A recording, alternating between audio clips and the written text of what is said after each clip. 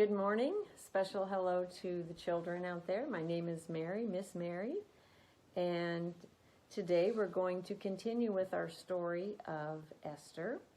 If you've been following along, you probably feel like you know quite a bit about Esther already.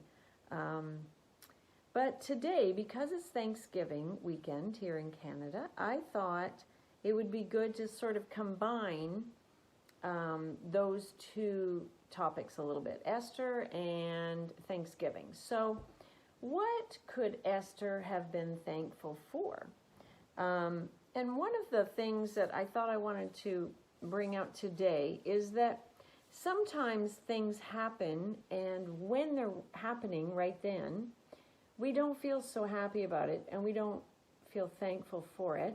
But later, when sometimes just a little bit of time has passed and sometimes a long time has passed, we can look back and, well, we may not ever be glad some of those things happen because they're hard things that happen. We can be thankful for something about that situation. So we're going to do that with the story of Esther. And if you remember, early on in the story, we learned that Esther lost her parents. And that would have been a very sad thing for a young girl. And I'm sure that there was really no way for her to be happy about that. That would have just been a hard thing to do. But maybe later on, when she got older, Esther could look back and say, while she never would be happy that that happened, she could be thankful that she had a very kind man who took her in as his own daughter, her cousin Mordecai. Remember, we've talked about him. And he was so good to her, and he loved her, and he cared for her, and he treated her like his own daughter. So this is the hard side of what happened to Esther, for sure, that she lost her parents. But this is kind of the flip side, that she could at least look back and be thankful. She could be thankful for Mordecai. So I'm going to make a little craft with these strips, and then we'll find out what it's going to be when we're all done. So I've just put a little brad on the end of that, and we're going to see what this becomes at the end of our story. Okay, well, another thing we learn fairly quickly about Esther is that she's Jewish, and the Jewish people are living under Persian rule. So that means they're not free. They aren't free to go around and do what they want. And there was a king of Persia, and he wanted a new queen, and so he could just say to his people, go gather all the beautiful young girls, and we're going to have a contest, and I'll pick a new queen. And Esther didn't have a choice about that. They scooped her up because she was beautiful. And then she was forced into this beauty contest, is mostly beauty contest, to see who the king would choose to be his next queen. Now remember, we learned that she was only 14 years old, and I'm sure she wanted to be with her family, just doing the familiar things that she always did, and she wouldn't have wanted to be in this contest. And this contest wasn't like, oh, we're going to have a beauty contest on Tuesday at 3 o'clock, show up. It was, no, they had to go away, and they were like given all these beauty treatments for like a year. So she would have had to be taken away for a whole year, away from everything that was familiar to her, and participate in this beauty contest. Now, that wouldn't have been a great thing. And I'm thinking, you know, a 14-year-old girl might have been angry, might have been resentful about that, and we could understand why she would be, right? But we don't read that about Esther. What we read is that she was chosen. She was picked as the queen. And part of that was because she was pleasant. She was a pleasant person to be around. She was a nice person to be around.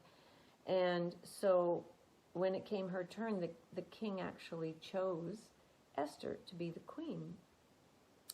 And then what that really, perhaps she could look back a little bit later, because I'm sure she didn't understand right away what could be really good about that. even though it might sound kind of cool to us, but in those days, the queen really didn't have any power. The king really still had all the power. And, but then later on, Esther could look back and say, I am really thankful that even though I didn't want to join that contest, that I actually became the queen, because then it put me in a place of power, in places where other people had power, and I could have a little bit of influence. I could make things happen that otherwise I wouldn't have been able to do. So she could be thankful for that a little later on. Okay, and now as the queen, Esther would have been stuck in the palace. Okay, so that might sound again to some of us, especially when we're kids, we might think, oh, to be the queen and live in a palace, but it wasn't like a Disney movie palace. It was, and she didn't really have any freedom. She was really told what to do and where to be and what, where she could go. And she, again, had to be away from her own family, right? And her familiar things. So she was really just stuck in that palace, because once you're queen, you can't just go back to your normal life. You have to stay there. And I was thinking it was probably like some of us, a year and a half ago, when we were told, when the pandemic hit, and they said, stay in your house and only go out for groceries. And even though most of us, probably like to be home a little bit, when we were told we had to stay home and we couldn't go out, we just really didn't like it after a while. It felt like we were in prison, didn't it? It felt like we wanted to just go out and make some choices about things and do some of the normal things that we used to do. So I'm thinking that Esther right away wouldn't have been so thankful about being stuck in the palace. But the flip side of that was that because she was right there, and you remember Mordecai sort of guarded her from the king's gate. Remember, he would sort of go daily and just check on her and make sure that she was okay, and maybe communicate with her a little bit. He was able to uncover that plot that someone wanted to kill the king. And so he got word to Esther, and Esther got word to the king, and she found herself, because she was the queen, she was in a position to save the king's life, and that would become a really big part of her story too. So we're going to add that to our little craft here.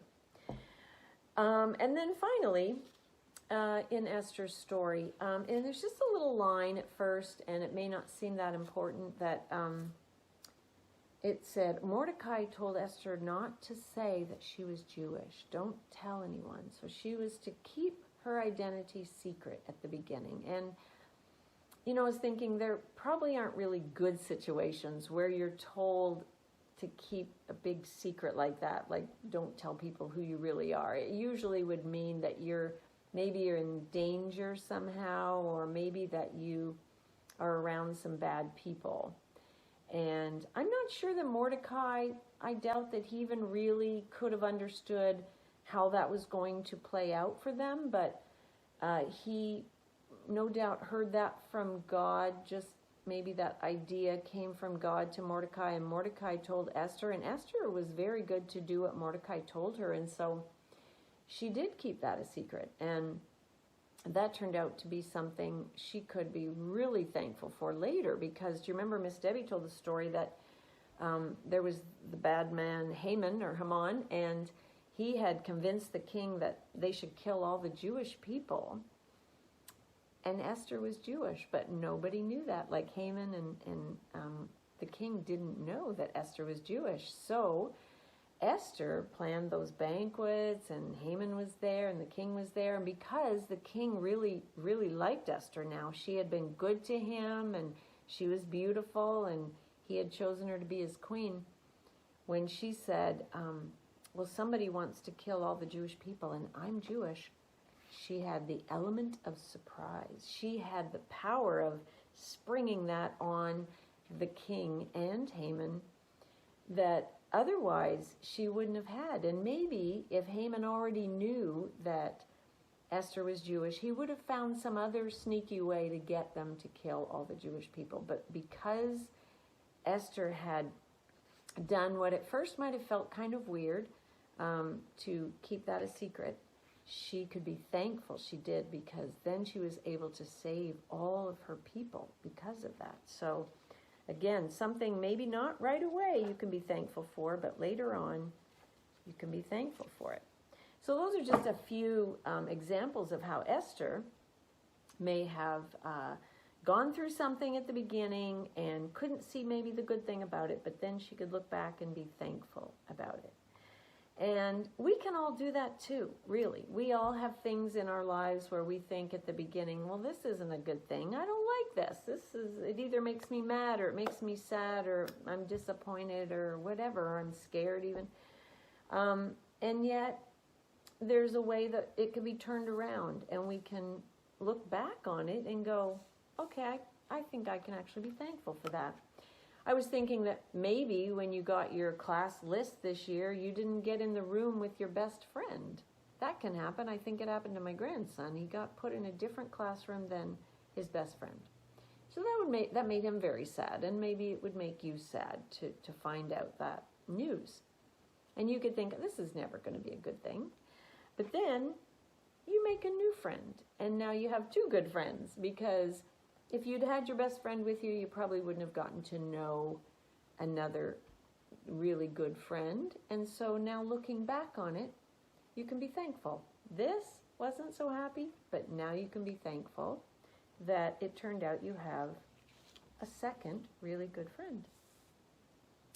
A friend of mine's son loved football. He loved to play football. And then when he was in high school, he got hurt in a way that meant he couldn't go back and play football anymore. There was no more football for him, and it really upset him at the time. He was very disappointed. He was very sad. But because he couldn't play football, he had a lot of time, and he picked up the guitar, and he ended up playing the guitar and loving the guitar. He had so much time to teach himself, and then maybe he took some more lessons, I don't know, some lessons, and now he's an older guy, and he still loves the guitar. So it was something at the time he couldn't see anything good about it, but now he is thankful that he had the time to learn the guitar, and he can still really enjoy playing music like that. So it's a lesson for all of us to kind of not always just see something as being a bad thing, but maybe that we could say, I don't have to be thankful right at the moment for it because I don't understand it, but I'm going to stay open to that idea and see what God can bring out of it, that I can later look back and say, okay, I can be thankful for it. And like I said, it might take a little time and it might take a longer time. It depends. But any way you do it, just stay open to the idea that maybe there's a way we can be thankful for something that doesn't feel like such a happy thing at the time. And then, if you do this at home and you take your strips of paper and you write on there the things that maybe it's a hard situation, and then the flip side of it is something you can be thankful about it, you can make this pumpkin. And this pumpkin can sit in the middle of your Thanksgiving table as a reminder of some of the things you've been through and how you've ended up being thankful for them. I just cut out a little green leaf for the top of mine, and I hope that you have time to make a little pumpkin for your table. Anyway, thank you. We'll talk soon.